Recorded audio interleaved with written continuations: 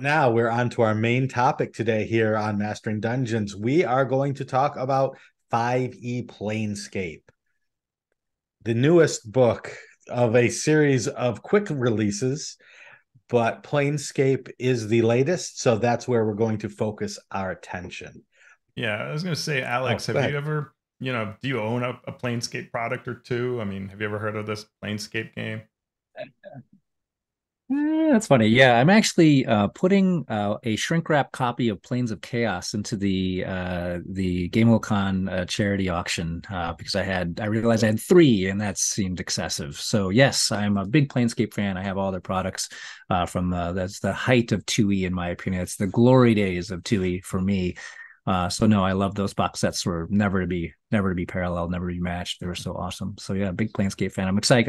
I have not gotten the book yet. I'm getting it tomorrow. My copy comes from my friends at Wizards, so I can't wait to see it. That's Mhm. awesome. Shawn, Yeah, I just want that to say is. before you kick into just for folks who may be tuning in at this point in the conversation that Alex is here, who runs the GameWorldCon and which is a fantastic convention. Listen to our first part of this podcast if you haven't, and you'll hear about his book, The End of Everything, which is coming out October 19th. I think I got that right. On Kickstarter. And Alex is also a collector, if you haven't noticed. He has a wee tiny collection there behind him of pretty much everything ever released for D&D. Uh, you know, that sort of thing. And Planescape was a second edition product, first of all. One Zeb Cook was the lead designer of that effort. That consisted of a player's guide, a DM's guide, a monstrous supplement, a guide to Sigil. I have to say it right. Sigil and the Outlands, the DM screen, and four poster maps in color. And Alex was kind enough to hold that up there for us. And we really didn't get much from Planescape in third and fourth edition. Nothing official that comes to mind, at least. But now we have a new re-release of the setting here at the end of the first part of fifth edition. And it is quite an impressive collection.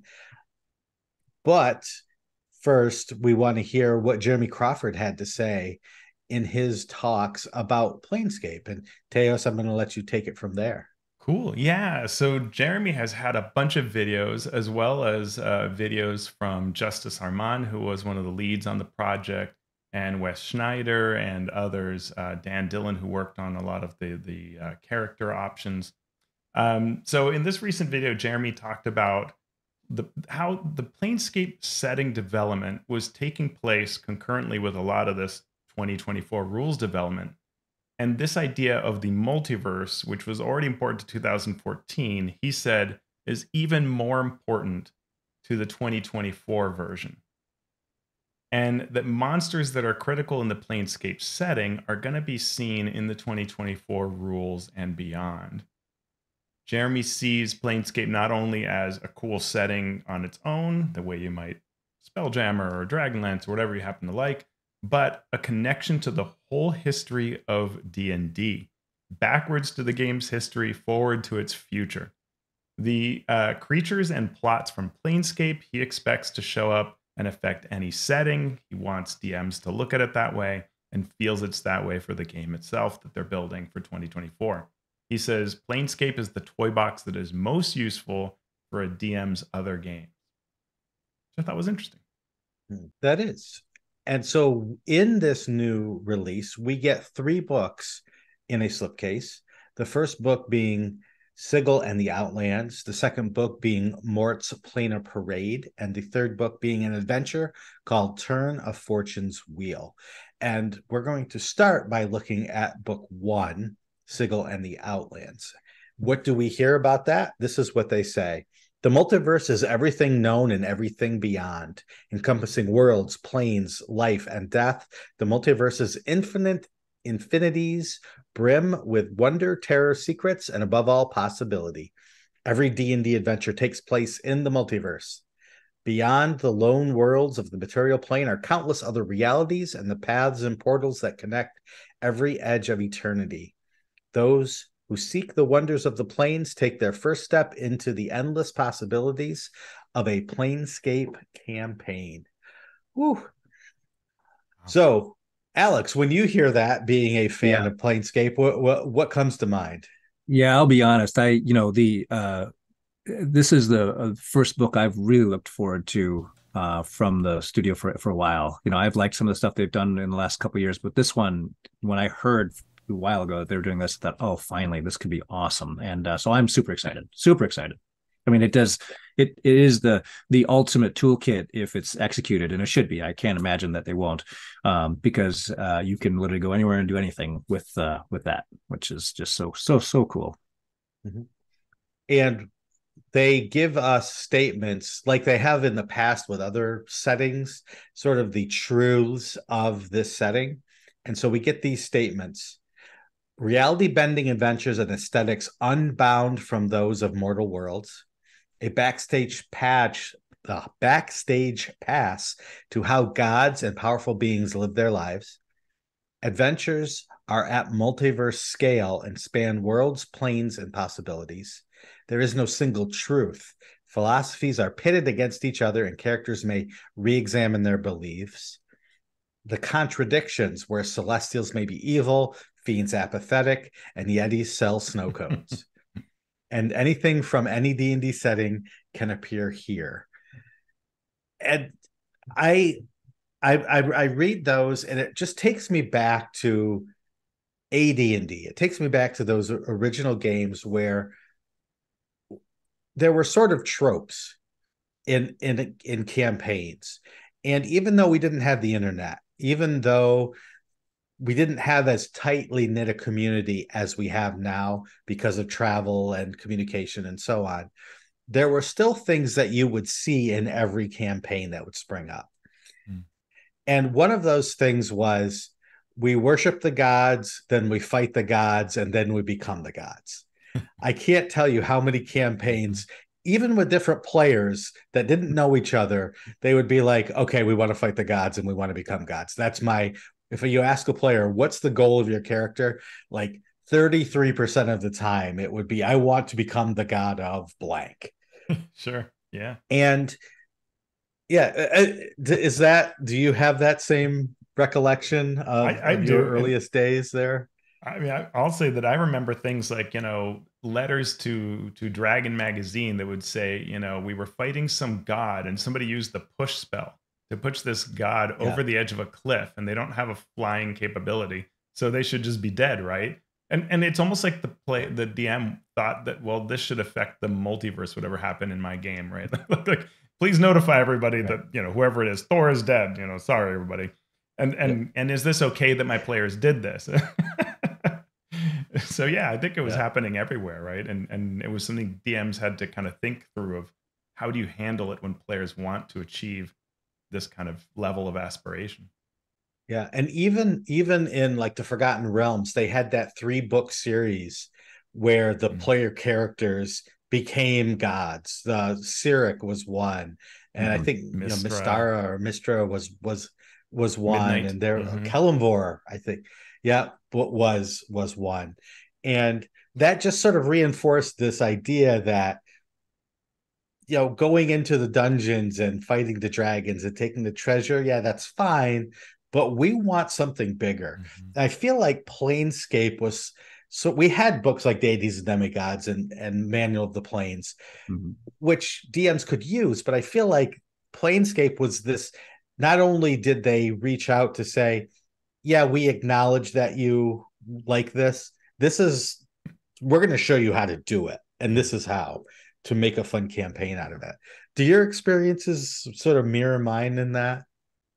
Absolutely. When you're talking about and the whole point, quite frankly, of Deities and Demigod book is when you have gods with an armor class rating and hit points, what do you think is going to happen? That's right. Just that is 100% what everyone thought about when as you were flipping through that book, like, oh, if my character could actually fight Merlin or whatever, it was just crazy. So yeah, I completely agree. That really makes me feel uber nostalgic thinking about all that stuff. And so one of the things we'll look at as we look at this book is, how do they continue this trend? Do they accept it? do they embrace this sort of huge and expansive multiverse, but also the huge and expansive desires of the players to interact with that multiverse? How well do they support that? Something that at least I will be keeping my eye on. Teos, Hang I on. know you have something to say. Yeah, on my end, they invoke a couple of times the everywhere, everything all at once. Is that right? Is that the name of it? I think Yeah. so. Hmm. And that's fine, right? But I think that is what I would see as the challenge when I start reading this chapter. I go, that's a tall order, right? Like that is excellence. It's film excellence.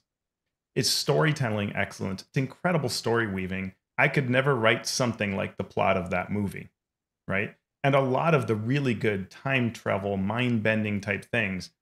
I mean, that's tough. It's really tough. And so, what I'm wondering when I'm reading this is, are you going to empower me to somehow create these kinds of things that tell stories about infinity and probability and permutations and so on? And if so, how? How are you going to show me how to do that so that I don't just end up saying, look, the planes? Now, what do we do now? There's some gnolls. You fight them, right? Like, how do we make it really feel tangible and real and awesome, and not just burn it out and have it be background, right? And that's one of the tough things that I think Planescape often, to me as a fan, and I was not a big Planescape consumer back in the 2E days, but it often felt to me like it was a lot of props but not the story to back it up that I wanted. And things to me that registered when it came to the planes were things like the Orca series with the Throne of Bloodstone. Those were things that I thought, I am really actually in the planes doing big, phenomenal things writ large. That speaks to me better than, say, Modron March, which we reviewed on our show, right? Like cool ideas, but so that's where I start with this Yeah. book. I go, okay, can you finally win me over big time on this? Yeah. As I was reading the Three Truths, which is the next section here, I thought of all those contradictions, and I'll say why in a second. So the Three Truths are center of the multiverse. Nothing can be the center because the multiverse is infinite. Then it says the unity of rings. The multiverse is composed of infinite rings, systems, cycles, orbits, planes, even Sigill.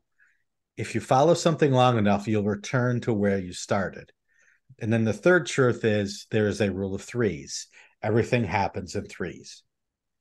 And so those are the three truths. And all I was thinking there is I love these contradictions and I hate these contradictions.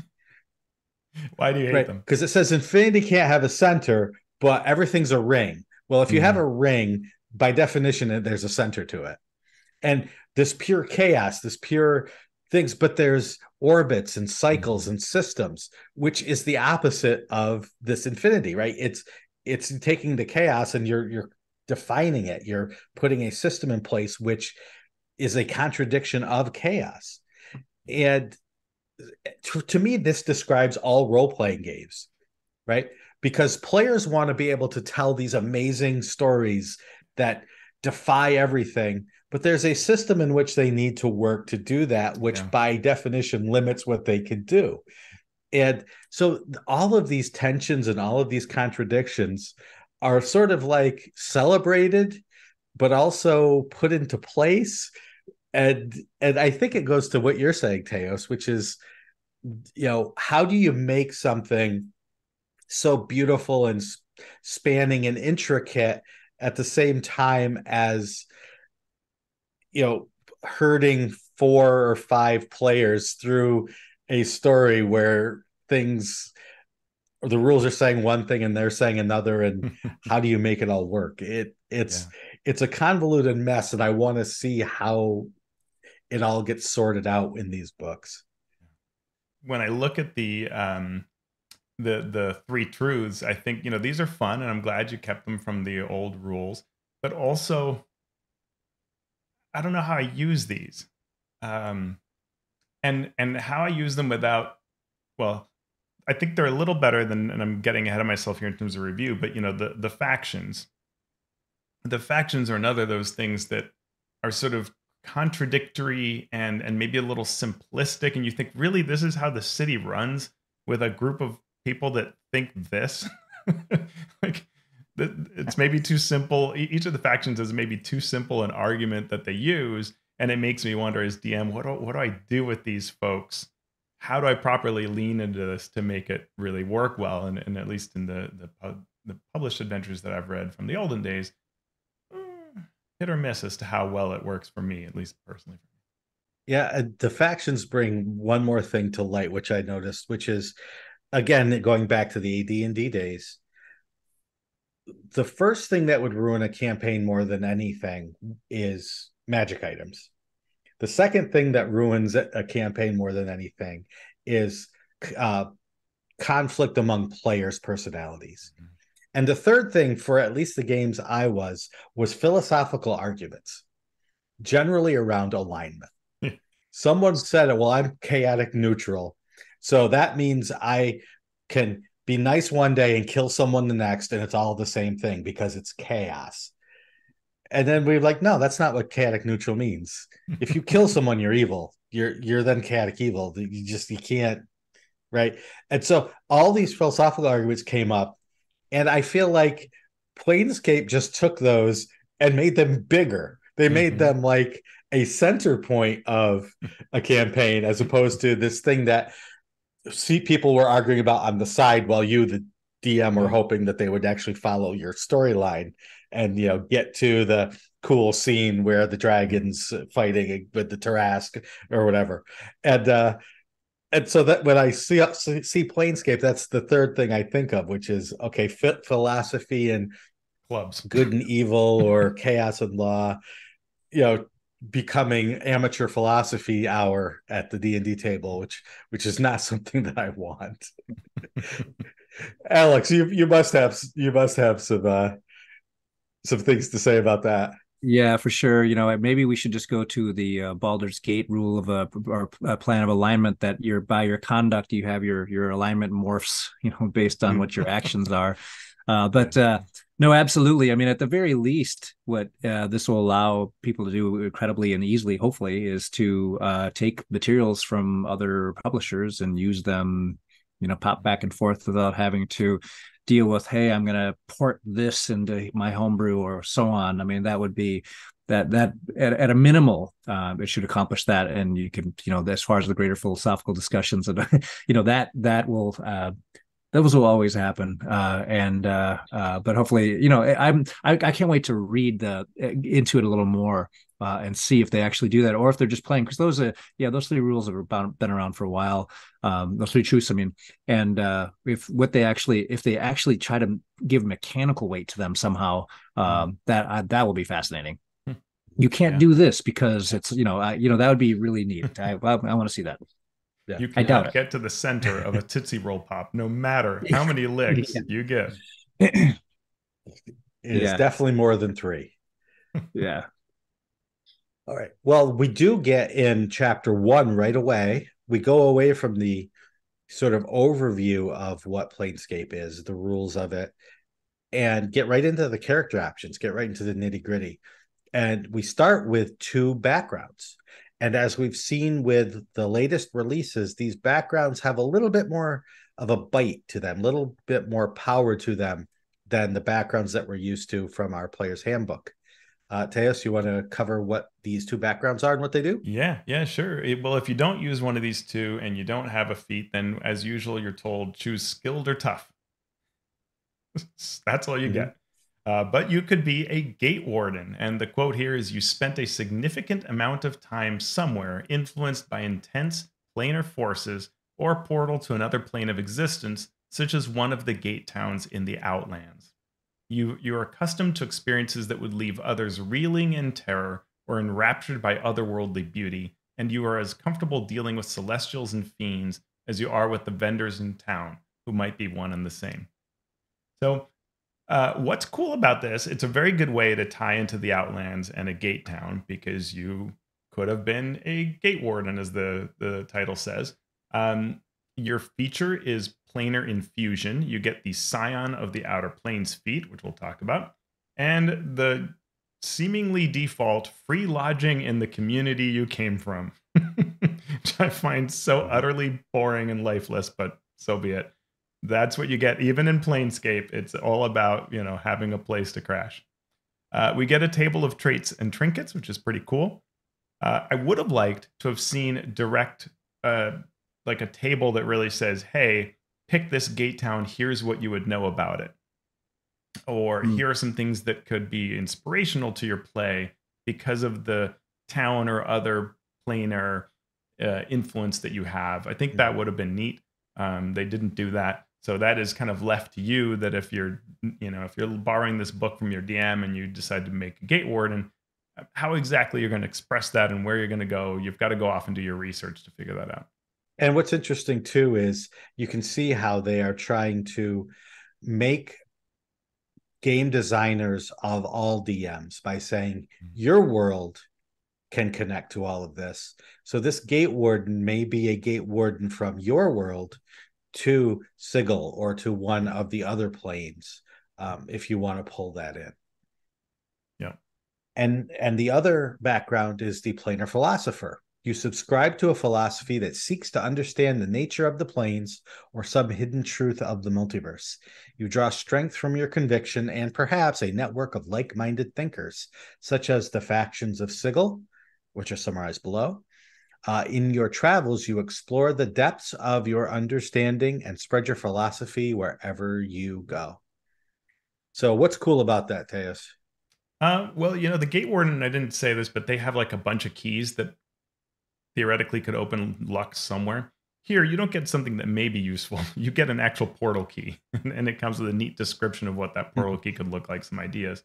So that's cool. You are encouraged to choose a Sigil faction, and we get a table with that kind of overview of what the faction provides to you and what it's about. So that's really useful. Like, even if the players don't choose to be a planar philosopher, they're probably going to read this section and come away with a quick view of, hey, one page, here's what the factions stand for, which is excellent. And you also get some rules for creating or guidance for creating your own faction and sort of making some statements as to what they stand for, which is also really neat because you could decide to just be from a faction that is a minor one that nobody's really heard of. The feature you get is called Conviction. You get the Scion of the Outer Planes feat, and your organization provides you with, can anybody guess? Free lodging and food. Could it be free lodging and food? Yeah, who would have thought? Yeah, it's amazing. Double hotel points. Yeah, exactly. That's right. The Planar Marriott is ready for you. We get tables of trinkets and traits. Those are all great. But yeah, it's, you know, you think like, oh, why is it called Conviction? I don't know. You get free lodging and food. The other one was called Planar Infusion, and you get free lodging and food in the community you came from. So okay. All right. And so with those backgrounds, of course, other than free lodging and food, you also get these feats. And the feat that you get is called Scion of the Outer Planes. What does the feat do, you might ask? Well, you came to the right place to find out. The prerequisite for this feat is the Planescape campaign. And what you get to do is choose a plane type, either chaotic, evil, good, or lawful, or the Outlands. And then for each, you get a certain type of damage resistance and a cantrip that you can cast. So, for example, the lawful is called the Agent of Order. They get ability score increase. And then Stasis Strike, which is a chance to, you do extra damage to once per turn, I believe it is. You could do this extra damage, and then you can use that a number of times equally to proficiency bonus, and then you can reset it on a long rest. Yeah. And you get a chance with Stasis Strike to restrain the creature you hit. Yeah, and each of those secondary feats open up because of this first Scion of the Outer Planes feat, right? So like if you were lawful with Scion of the Outer Planes, then you can take that Agent of Order feat, which is neat. But I sort of found all of this sort of interesting. Like in Dragonlance, it makes sense that you say like, oh, you are a knight. So to take the next knight feat, you really need to have been a knight. But in this case, for Planescape, it sort of first says Sign of the Outer Planes, you must be in a Planescape campaign. Why? Like can't I just say that, hey, I want to play this game? And what does it matter? All I'm getting is damage resistance and a cantrip. Why couldn't I bring in a character that's from somehow touched by outer planes? I'm not sure.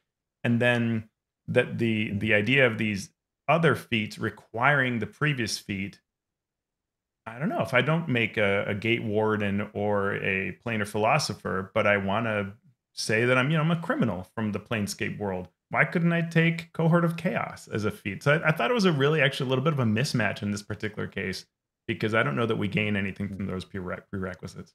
Okay, so you're saying just let your whoever character from any campaign be a cohort of chaos. Maybe not a cohort of and chaos, but a Sign of the Outer Planes. Yeah, Okay. I mean everything should be with DM approval anyway. But I don't know that we had to hard code it, and I don't know that being within a Planescape campaign, actually, where I might put a Planescape campaign prerequisite is on these other ones. But I don't know that even that matters in DM speak. And I certainly don't think that if you're playing a Planescape campaign and you didn't take Scion of the Outer Planes, that somehow you shouldn't take these other feats. I don't know. Seems a little unnecessary. All right. Just me. Now I'm just thinking through ramifications, but I got to turn off the game design brain here for a second. We get two new spells. As you might guess, they have to do with gates. The first is called Gate Seal, a 4th level abjuration spell, which can close all portals for 24 hours. I think the casting time is 1 minute. So you can't cast it as just an action. It takes a little bit of time, but once you do, it not only does it close portals, but it stops spells such as Gate and the one other one. You notice the spell they didn't put there that it Gate and plane stops. Shift, it stops. Yeah. What about banishment? Right. And teleport these days takes you to other planes. So any of those other things are all options. Now, Sigill has rules now on how you can't travel in and out of it easily. But if you're, say, in the Outlands or somewhere else, then this is all valid. But yeah, I find that was a little strange but I guess the idea is these are specifically magic that would work with this particular portal. But yeah. why would and it's only a 30-foot cube. Why would banishment still work? That is right. It is strange because the spell says the gate seal spell says that it stops extraplanar travel, including spells like those. And so I was like, it's odd that they didn't put banishment. I wonder if they left it out on purpose or considered banishment to be one of those other spells that they mentioned. Since banishment comes up so much in games, I was just curious about that spell. All of it is a little bit strange, and I guess the main thing, it's a 4th level spell. And it's always tough to balance these things because you want to somehow reflect the rarity of it, but the utility of it. And often the utility is really minor. And so the utility here is, 24 hours, nobody can come in through this portal. So if you've got a portal, I just shut it down. And then I guess secondarily as a benefit, it's saying that the kind of magic that usually allow for planar travel open portals fail. But yeah, why they named those two. And I mean, the area of effect is a 30-foot cube. So you could go somewhere else, just 30 feet away, you could plane shift to or teleport or whatever. So I don't, but I guess it's just supposed to be the sort of secondary benefit. Yeah, it was sort of odd as I was trying to suss out what's the point of this? Why was this rider put in this spell? Yeah, and the other thing, Shawn, is like you mentioned with the casting time, is that those kinds of casting times tend to often kill its use. Because a lot of times the fun of it is really like, they're hot on our trail. Let's maybe slow them down or make it hard for them to get here. But now you need to have a whole minute to do this. Yeah. Yeah. It was an interesting thought experiment as I was trying to figure out what it could do. Now I want to look at the adventure and see whether you can break the adventure with this spell at all. Can you, or Yeah. is there no use for it whatsoever, right? And neither would make me happy, but I'm not going to bother looking for it. I'll probably forget. And the second spell we get is called Warp Sense, a second level divination spell that you can use to detect portals or learn the destination of a portal and what key is needed to activate that portal. So, we get a lot of very specific Planescape specific spells here that hopefully, as Teos said, will come up and be useful during the actual adventure that is supposed to show off a Planescape campaign. And finally, we get 3 magic items that players may find: a Mimir, a portal compass, and a sensory stone. Teos, you want to take us through those? Sure. So the Talking Skull can cast legend lore, and it knows most DMG lore about the planes. So you can check out our review of that to see what they know. It floats. So an interesting thing about it is someone else can catch it or it can take damage. That's a little bit kind of interesting. You have to be maybe protect it or carry it most of the time and then activate it so it floats near you to ask it questions. And Mimirs are speaking to you as you read this book. So you'll see kind of quotes from Mimir actually, no, it's an actual monster, Morty, who looks like a Mimir, but is different. But at least it gets you in the mood for sort of you can interact by it. What I like a lot about the Mimir and Morty as well is it's this idea of a gateway between an in-game gateway or voice piece for the DM, right? The mouthpiece of the DM. The DM can use the excuse of this talking skull to give you clues, point you in the right direction, prevent calamities, or allow them, as you see fit. I like that about it. What about the portal compass? So it just simply points you in the direction of the last portal that you went through as long as you're on the same plane. So it helps you get back to where you were. I mean, I'm trying to think of the last time since the very early editions that some DM would be mean enough to say, well, you don't know how to get back there. Dude, I'm sitting right here. You're a terrible man. No, I don't know. I am. And then the sensory stone, you can record a short sensation of up to 6 seconds. And someone who gets that sensory stone can then replay that sensation and harmlessly experience it. That's a cool adventure piece that you could use in adventures. As a bonus action, you can also end the charmed or frightened condition on yourself, destroying the stone in the process. Interesting. Yeah. All right. And that is the items and the mechanics of players in Shawn. Yeah. If I might go back a bit, in addition to those feats that play off of the plane types, so there's Agent of Order, Baleful Scion, and Cohort Chaos that'll give you sort of little minor things as well as increasing your ability. There is also this Planar Wanderer, which is when you finish a long rest, you gain resistance to cold, acid, or fire. And this lets you make an Arcana check to try to force a portal open or closed for an hour as an action. And if you fail, you take 3d8 psychic. But if you succeed, then you get to either open or close that. So that's another way you can deal with portals. And it also gives you portal sense to know the direction of the last plane or portal you used if on your current plane, and then also detect hidden portals. So it's weird that there's sort of this overlap here. And that's a little touchy because, you might take this feat, but then you get a portal compass. So now you don't have to use that. And then maybe, someone casts the spell to find a portal and you're like, oh, I have this feat, or, you can get a little bit of that kind of interaction going on. Yep. And the last feat that's outside of that tree is Righteous Heritor, where you get to increase an ability score by 1. And you can soothe pain. As a reaction, you can reduce damage to you or a creature within 30 feet. And then you get that back after a proficiency bonus number of times per long rest. Mm-hmm. So a few feats there that you could take in your Planescape campaign. And we are out of time, but next time we will come back and we will look at Sigill, the City of Doors, which is chapter 2 of the first book of the Planescape setting. And I wanted to say, Alex, thank you so much for being on the show and sharing your good news and your convention and your Planescape knowledge with us. If people want to follow you on social media, where would they go? Yeah, I'm still am on the Twitter monster, still Uh-huh. known as GHC and tacos. Who knows for how long, as that thing continues to collapse. Uh-huh. And that's really about it. I have a very small Facebook presence. Yeah. I'm just kind of around here and kicking around Madison, Middleton, Wisconsin.